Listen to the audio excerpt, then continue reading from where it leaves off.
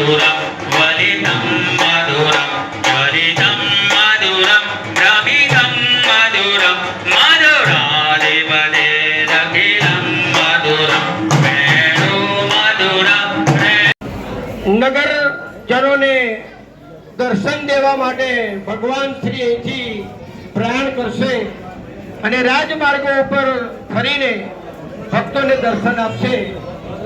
દરેકે દરેક ભક્તજનોની વિનંતી કે રથયાત્રામાં જોડાય।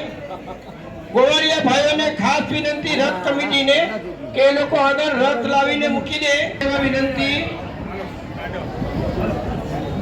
રથની જે સંભાળ કરે છે એ